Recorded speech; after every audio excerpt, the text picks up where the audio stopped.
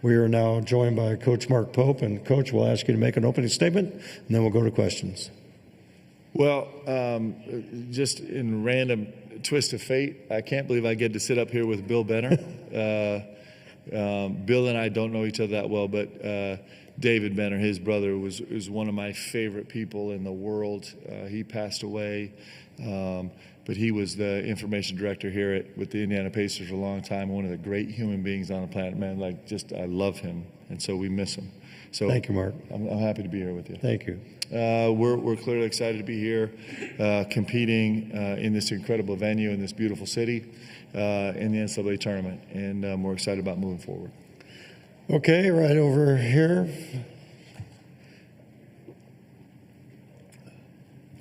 Matt Newell with the Indy Star. You obviously referenced your time with the Pacers. What do you remember about Indianapolis, and what did you take from playing for Larry Bird? I love it. Come on. I'm the most blessed human being in the world that I got to be here on those great Indiana Pacers teams in this tremendous city, playing for Larry Bird and Rick Carlisle and the whole crew. And I'll never forget it. It was the Pacers drafted me. It was my first 2 years here until Coach Bird fired me. And it was two of the most fun, incredible years of my entire life. Getting to play with these guys, with Reggie and Jack and Chris and the Davis boys, and I mean, come on, Rick Smith's, it just doesn't get any better in epic contests, and in a really tremendous era of basketball. To do that here in Indianapolis is really special to me. This is where I met my wife, and we started our life, and it's a really special city to me. Right here. Serena Raboyne, WHAS 11. I've noticed in the locker room that there's a lot of levity among the players. They're having a lot of fun. And how do you think that translates to their game right now? And as a follow-up, as someone that's been here, won the whole thing, how important is that moving forward? I think joy in the gym is a principle that's really, really important to us. I think we play better when we work hard to find joy in the process, because this can be a grind also. It can be mentally and emotionally taxing and exhausting, and the pressure can be immense. But finding the joy in it, I think, actually helps us perform better. I think it helps us be more focused. I think it helps us be looser. It enables us to be better decision makers. It takes us from our limbic system to our frontal cortex, literally in a real sense, and helps us be decision makers, which is such a crucial part of what we do on the court. And it also is, what's the point?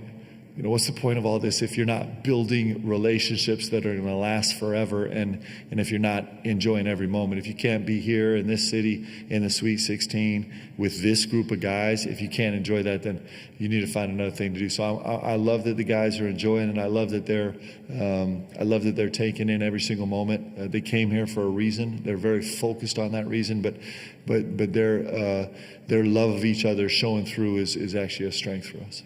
Right over here. Coach, Akeem Gillespie with the Indy Star. I understand your rivalry or your kind of series with Indiana University is being renewed starting next season. What does that rivalry mean to college basketball, and is that something you guys will look to make permanent moving forward? I am, Deb, am I allowed to talk about this? I assume I am, yeah? Yep.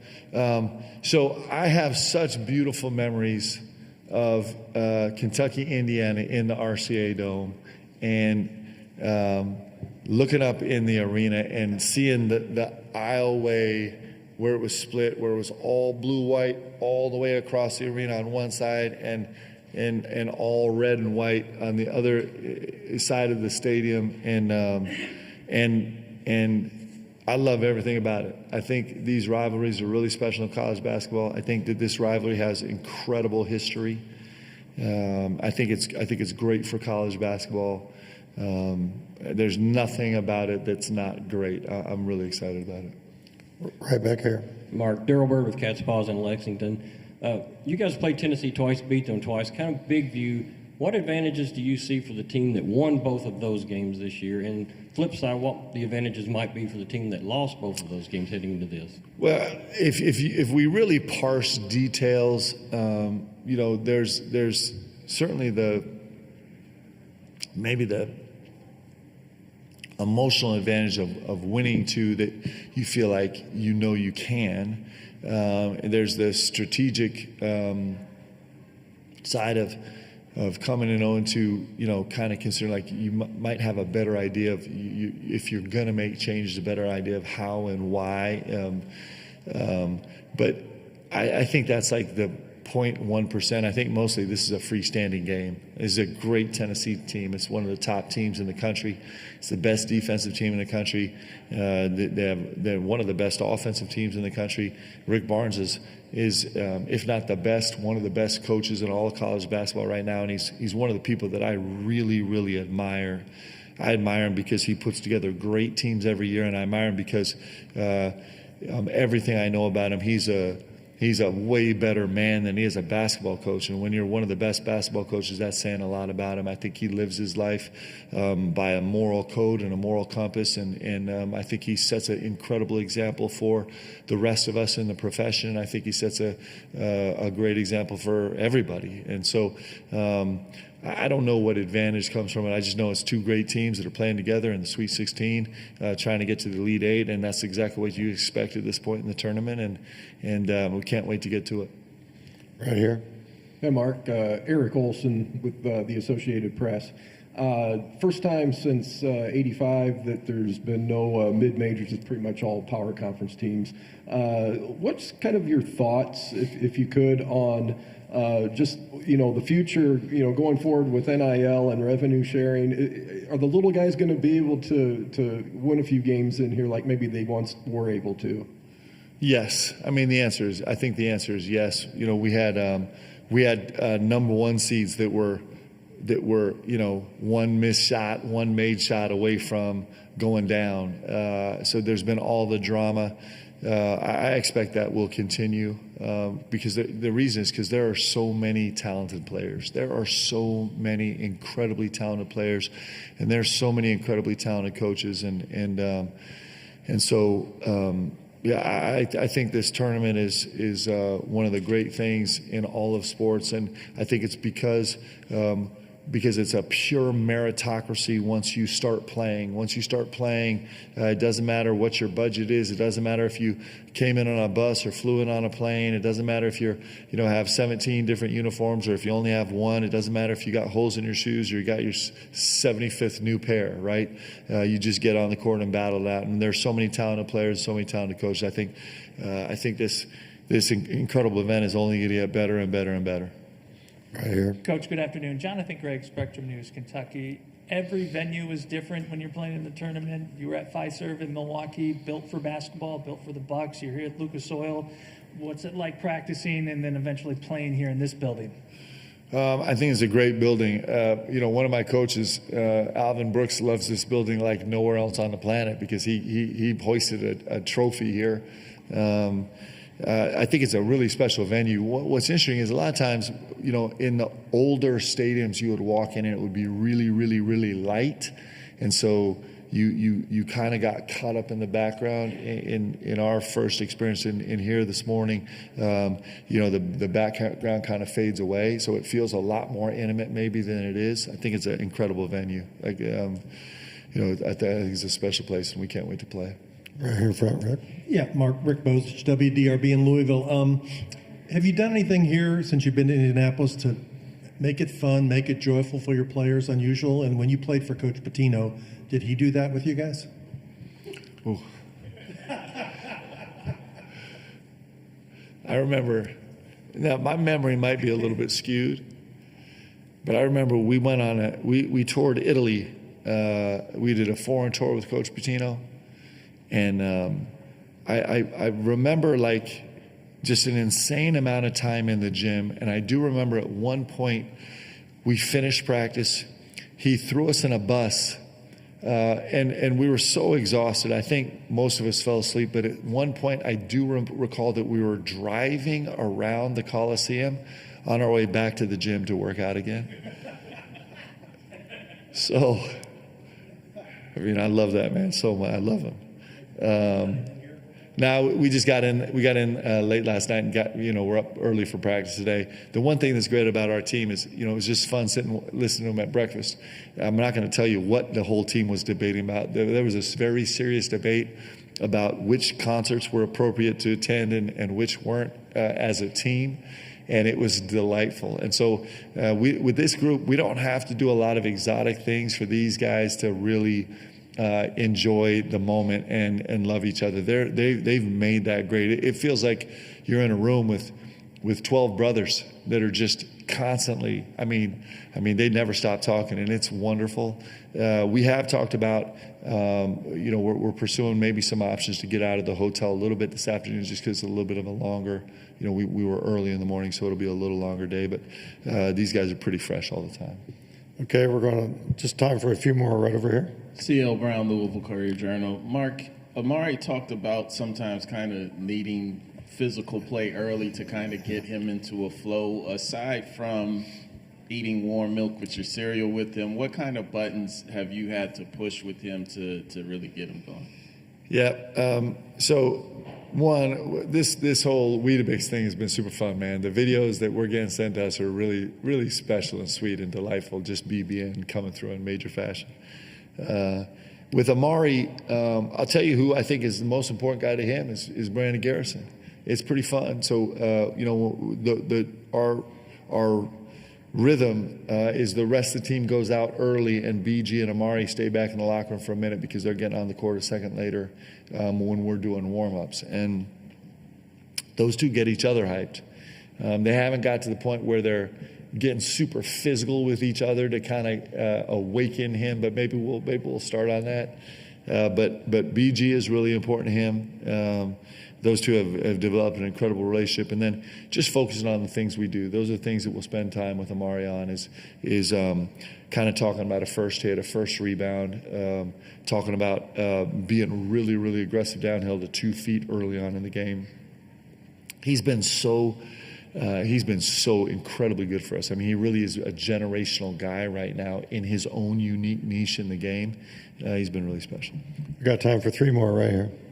Dennis Dodd, CBS Sports. Mark, Kentucky's the standard for basketball in this league, but you've been away a few years. I'm sure you followed the league, followed Kentucky. What's happened to the SEC this year to the point they've gotten all these teams in? Well, I couldn't give you a really insightful answer on that because I just haven't been here, like you said. But I do think this is, it's pretty great. I mean, it's the first time the league's ever had 14 teams in. It's the first time a league's ever had 7 teams in the Sweet 16. It just has been a magical, brutal, beautiful year in the SEC.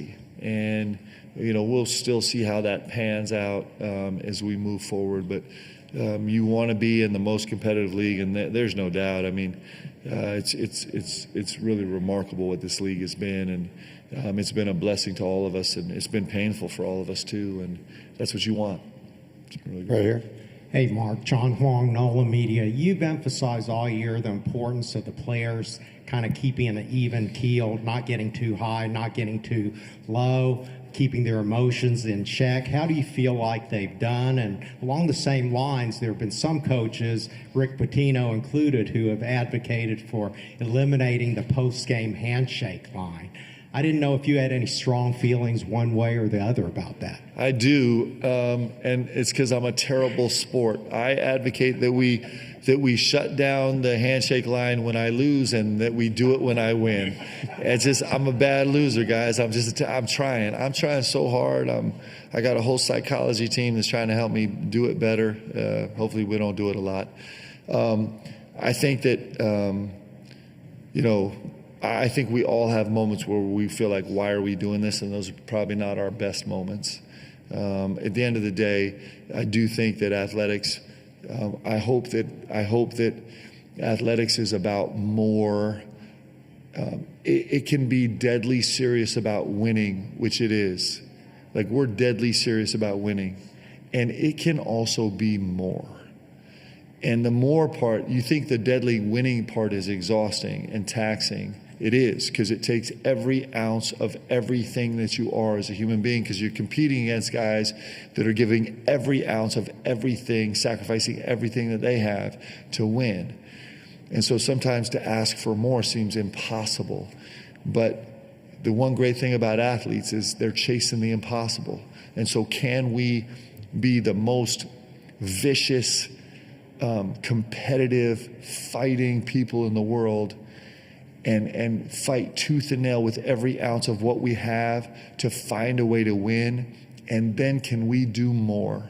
Then can we actually be man enough to walk through a line and teach our guys to walk through a line that we don't want to walk through, the guys that we don't want to shake their hands, and do it just out of the camaraderie of sports? That's a tall order.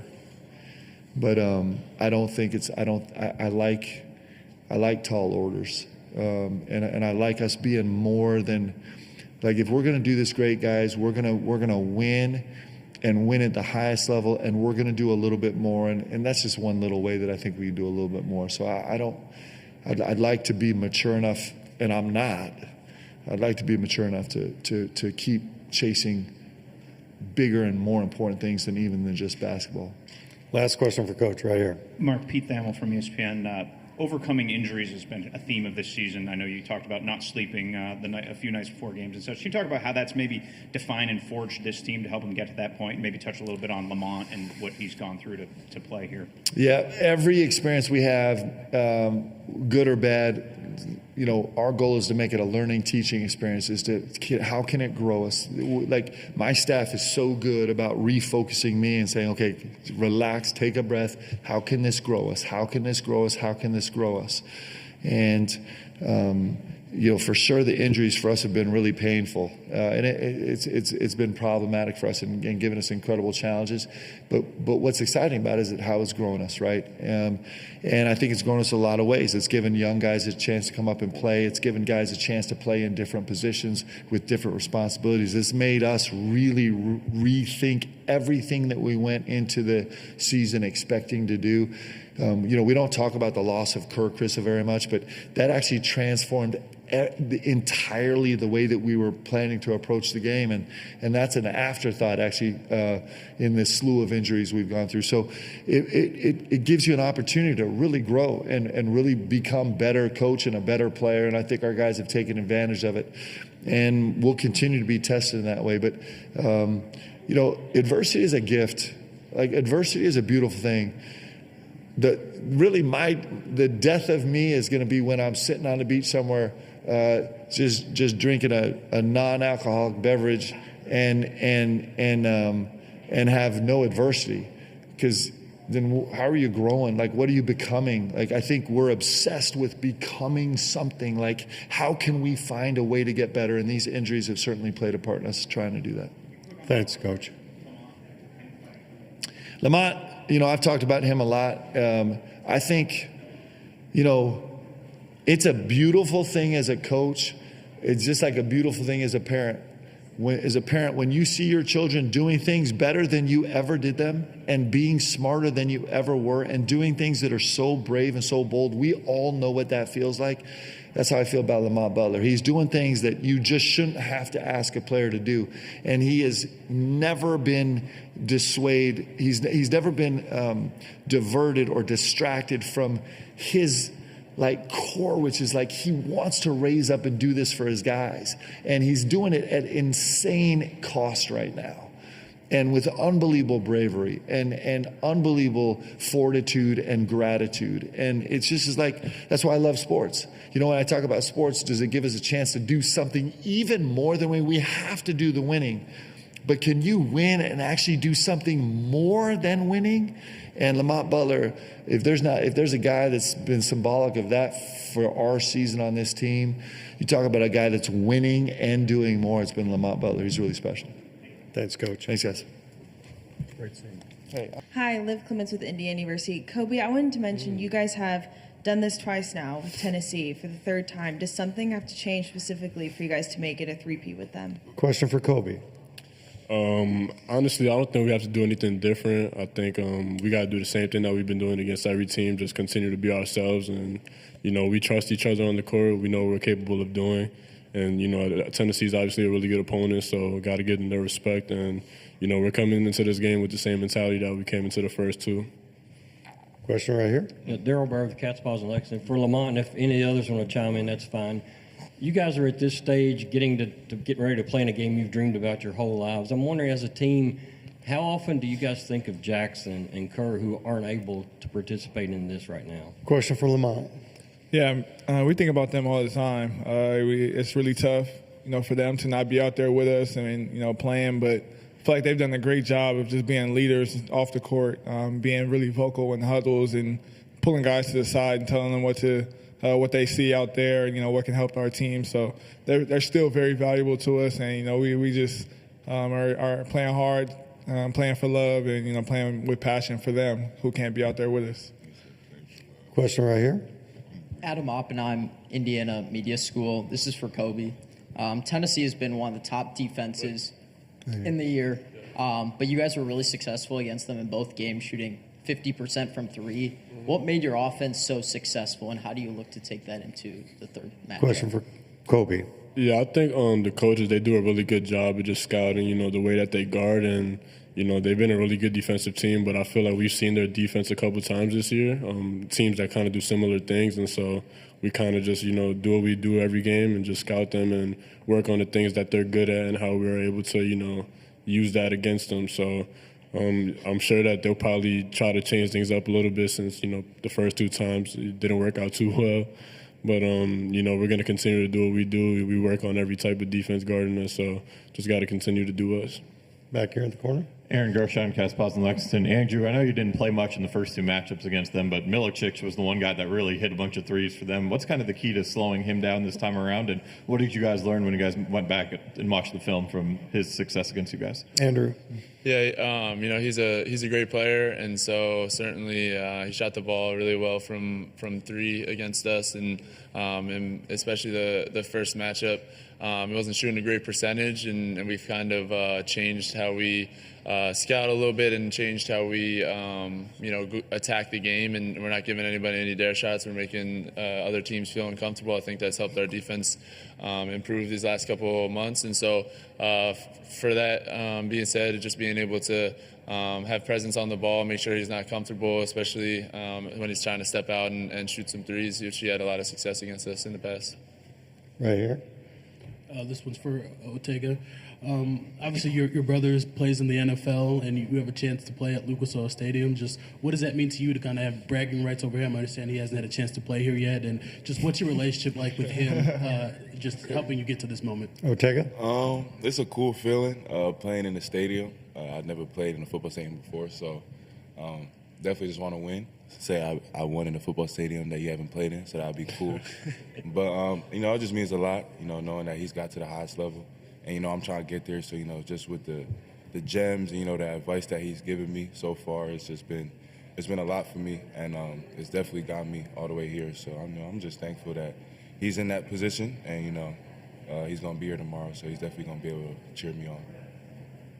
Right here in the For Andrew, you guys have the confidence of having won twice already. What do you think the mindset is for Tennessee? What advantage might they have, even though they haven't won that game heading into, especially on this kind of a stage? Andrew?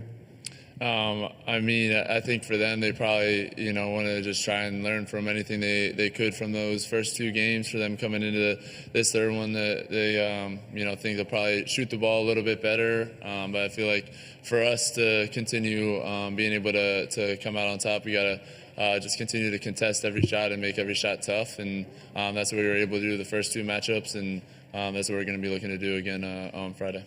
Right here. Steve Lehman, CBS Nashville. Lamont, you've played in a lot of NCAA tournament games. You've got that experience. You're your team's point guard. Zakai really sets the tone for them. How much do you take it upon yourself to set the tone and maybe counteract whatever he does on the floor for your squad? Lamont? Yeah, he's a really good player, really good point guard, one of the best point guards in the country. He defensive player of the year in our league and first team. So we know that we got to go out there and really just play hard. I think it's going to be a great matchup, for me. But it's a team effort. It's a team effort, not just one person, guarding somebody. We're going to be connected on defense, and we got one of the best coaches. So I think we're going to be ready to go and win that game. Over here. Vince Ferrara, 99.1, the Sports Animal in Knoxville. This is for Lamont and for Kobe. I know when you're a really good shooter, probably the surroundings don't matter to you much, but wondering with the setup in a stadium, what those backdrops are like for you to adjust to that, and how did that go today at practice? Lamont. Yeah, I mean, it's definitely a little different. I mean, we've never played really in a football stadium, playing arenas. So, I mean, once we got the first our shots up and kind of figured it out, it's normal at that point. Kobe?